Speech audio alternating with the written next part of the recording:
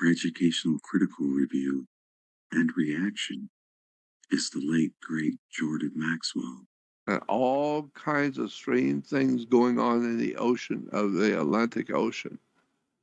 Incredible stuff. That space shuttle, when the space shuttle first went up, they had special cameras on the space shuttle. Mm-hmm. And those cameras were designed to photograph the Earth and see where the mineral deposits were, see where the gold is, where the silver, where the oil, where the different mineral deposits were on the Earth. That's one of the things they wanted to know. Yeah. Where to go for the raw material. Yeah. Well, the space shuttle had a camera. When it takes pictures, like an X-ray picture of the Earth, it will tell you, because you'll see the different colors. The different colors represents different minerals. Mm. And so they realized back a long time ago in the first space shuttles that there were all kinds of minerals in the ocean, all kinds of deposits, mineral deposits.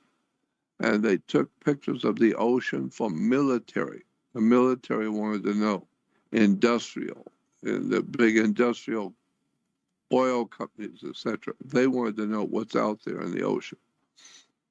And so they took pictures of the Earth, and they said, the article was in Time magazine many years ago when the first space shuttle went up. They said on that first space shuttle, they took up what they call an industrial laser.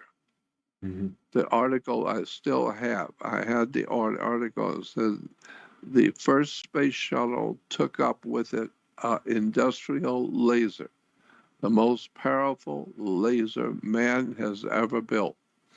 It was huge, a big laser machine. And they said that it gets direct energy from the sun into the battery or whatever, however it works, and that it can then turn that laser on and aim it at the Earth, and they can melt a high rise. That's what it said. This laser is so strong, it gets direct light from the sun while the space shuttle's out there. It gets direct light from the sun, and it's so powerful that the laser can be shot down to the Earth. And if it hits a high rise, it will melt a high rise. It's so powerful. Mm-hmm. Melt a high rise. Mm-hmm. Well, that's what happened in New York. High rises, the two high rises in New York, World Trade Center, melted. And now you look at what happened in New York. New York is the Empire State. The Roman Empire, the state of the Roman Empire is called the Empire State. And in New York, they have an Empire State Building. Mm-hmm. So I'm just saying that what happened in New York was high intelligent technology. Somebody did what happened in New York. It's technologically impossible. How do you get two of the highest buildings in the world to just sink into dust? They just went blue. That was it. They're gone. How do you do that? Well, I don't know. The article said back in 1960 or 61, when they did the first space shuttle, they said that it's carrying a laser, an industrial-sized laser that can melt a high-rise. That's what the article said. Mm-hmm. Well, that's what happened in New York. They're melting high-rises. So I think what went on in New York is just technology that we don't even know about. They told you a little bit in the Time magazine, a little bit, that they got a space shuttle, took up a laser that would melt a high rise. Mm-hmm. That's what they said.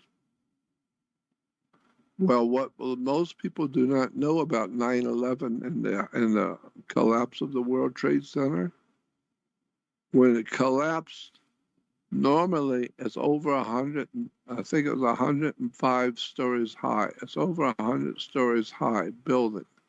Anything that's over 100 stories high with all of that concrete and desks and chairs and files and bathrooms and toilets and everything else, if that's going to come crashing down, you would think there would be at least 20 stories of junk, of trash that would, when it falls down, it will fall down until all 100 stories are crushed into 20 stories of junk Yeah. and trash and toilets and chairs and desks and all kinds of computers, all kinds of stuff. But it wasn't. When the high rises came down, they came all the way down to the ground. And if you go out there to the ground zero, you could wipe it up. It was just dust. They just had tons and tons of dust, dirt and dust. Wow.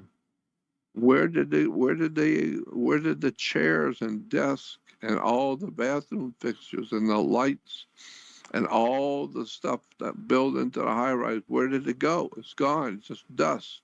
That's all it was, just dust. Like after a fire. After a fire, there's just dust. That's it. Well, what is it that can melt a high rise into dust?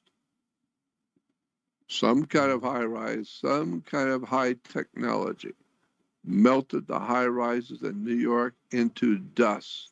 And what's really interesting is there's a doctor, a lady doctor, who did some research on 9/11, which shocked me. It was incredible what she found.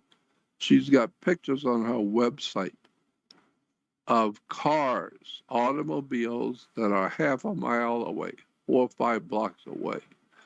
The cars are melted. They melted the cars. The cars were melted. And it was amazing. And the tires on all the cars half a mile away were all melted rubber. The cars themselves were melted. They melted. Wow. What is it that's strong enough to knock down 2 high rises that just fall into dust and melts automobiles? Whatever it was, it must have been a terrible, powerful, some kind of high technology, atomic technology that melts metal. If you got a car and you go out to your car 2-3 blocks away and the car is melted, like it caught on fire and it just melted the car, that's 3 blocks away. That's 5 blocks away from the World Trade Center. The cars are melted. What are you talking about? Into dust. But so did the cars half a mile away. They all melted. Man, that must have been some kind of technology. I think it's more like atomizing than melting. 'Cause you can atomize anything with the correct frequency. So it's probably they were targeting specific materials with frequencies. That's what I would say. If you go on the web to Dr. Wood, there's a lady doctor. Her last name is Woods, Woods, Dr. Woods. Okay. I forget her first name. Dr. Woods, 9/11. Mm-hmm. And it's called 9/11. Just type in 9/11 pictures of 9/11 Dr. Woods. Mm-hmm. And she is a doctor, and she's done research incredible about all the cars and all the trash cans and anything metal within a mile all melted when the high rise came down. I can understand the high rises coming down if it shot it with a high laser that can melt a high rise. Yeah. But how does that cause cars 5 blocks away to melt? Mm-hmm. And on rubber tires, on all the cars for a mile around, rubber tires all melted into. It just melted on the street. Somebody better do some homework and find out what's going on the Atlantic Ocean